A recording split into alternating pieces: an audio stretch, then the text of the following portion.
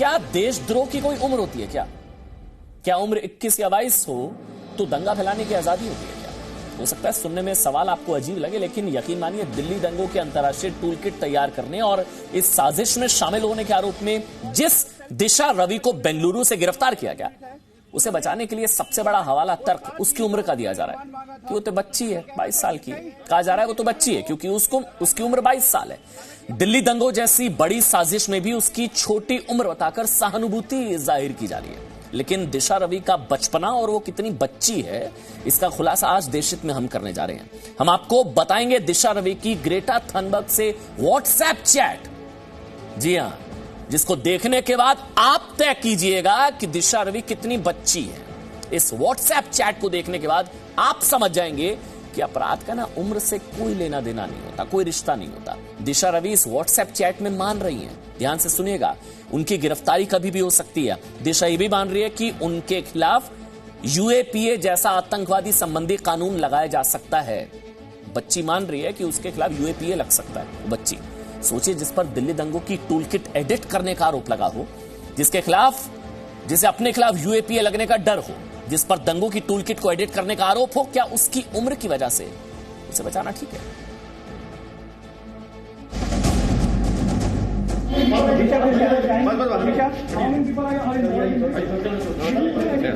दिशा आप कुछ कहना चाहेंगी तो यार, दिशा आप कुछ कहना चाहेंगी? दिशा आप कुछ कहना चाहेंगी? A tweet by a girl of 21 or 22 can destabilize India. 21 वर्षीय दिशा रवि ये मोदी सरकार का असली चरित्र दिखाती है। क्या इस सरकार को शर्म नहीं आती है? 21 साल की बच्ची स्टूडेंट, उसको पुलिस के जरिए गिरफ्तार करा लिया गया। 21 साल की बात नहीं है, ये स्वतंत्र विचार और सशक्त इरादों की बात है।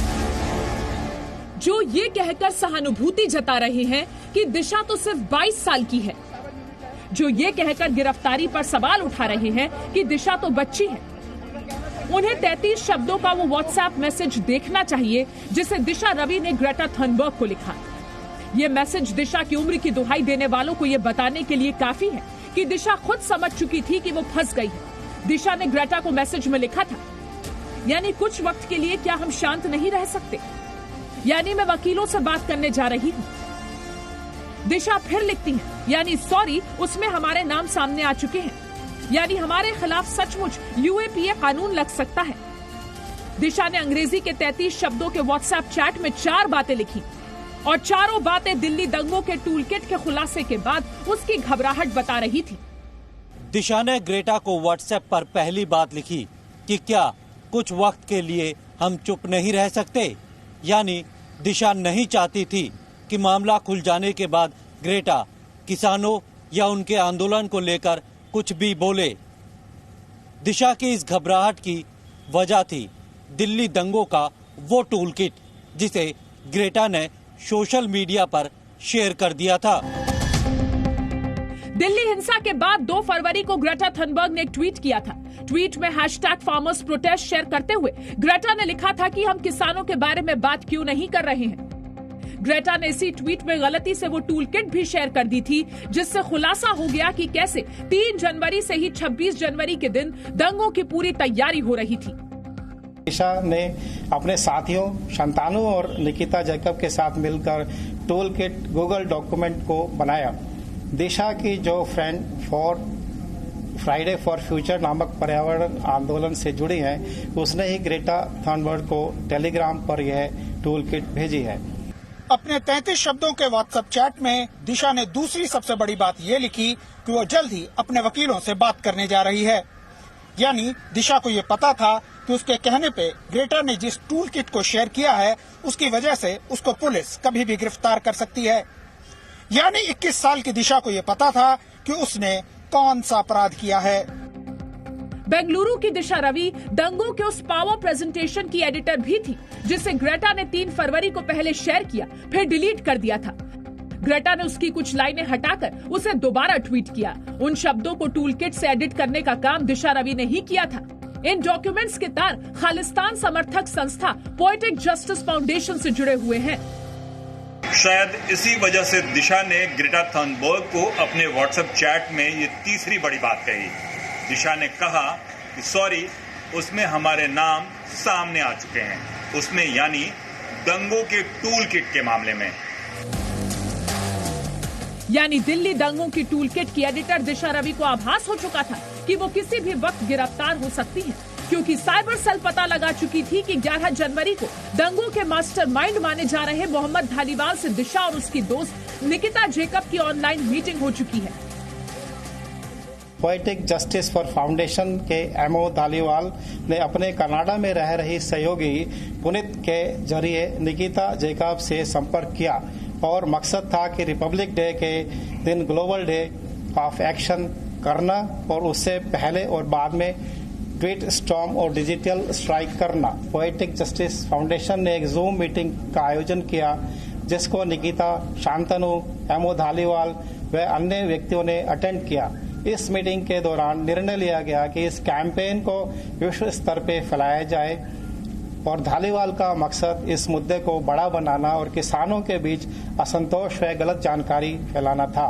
ग्रेटा थनबर्ग से दिशा के व्हाट्सएप चैट में जो चौथी सबसे बड़ी बात लिखी है वो है आतंकवाद संबंधी कानून यूएपीए।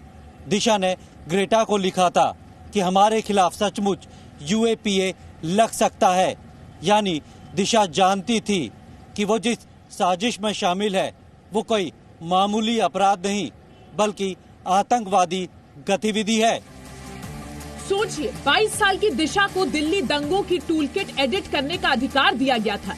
मतलब ये कि दिशा दिल्ली दंगों के साजिशकर्ताओं के लिए काफी भरोसेमंद थी, इसलिए दिशा देशद्रोह समेत कई गंभीर आरोप में गिरफ्तार हुई है।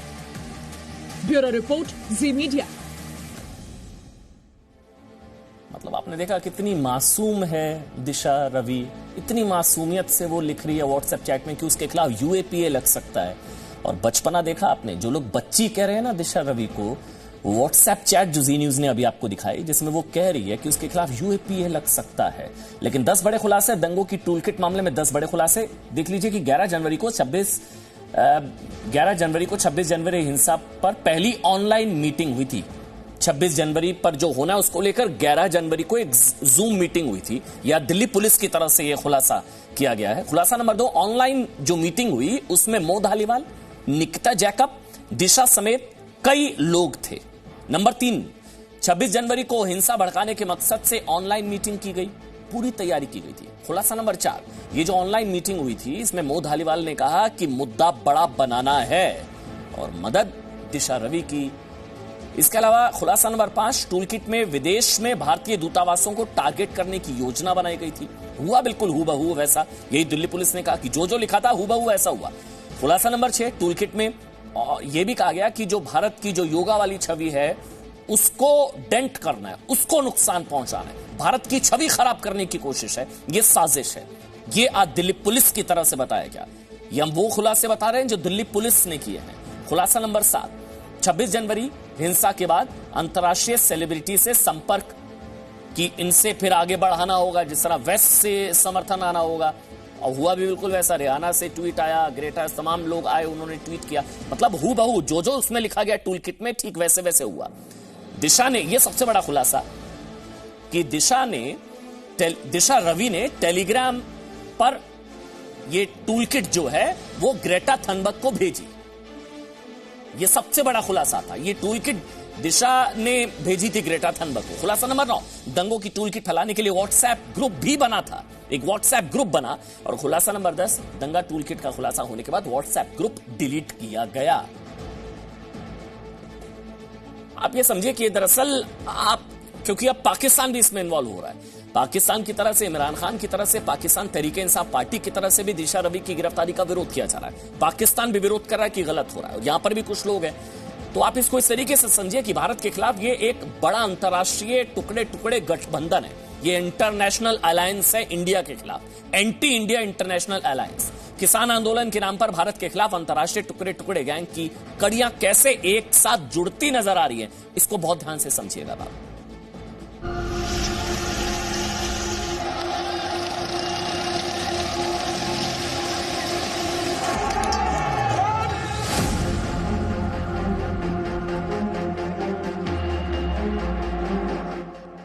दिल्ली दंगा टूलकिट केस में गिरफ्तार दिशा रवि वो कड़ी है जिसने अंतर्राष्ट्रीय टुकड़े टुकड़े गैंग की सभी टूटी कड़ियों को जोड़ दिया है।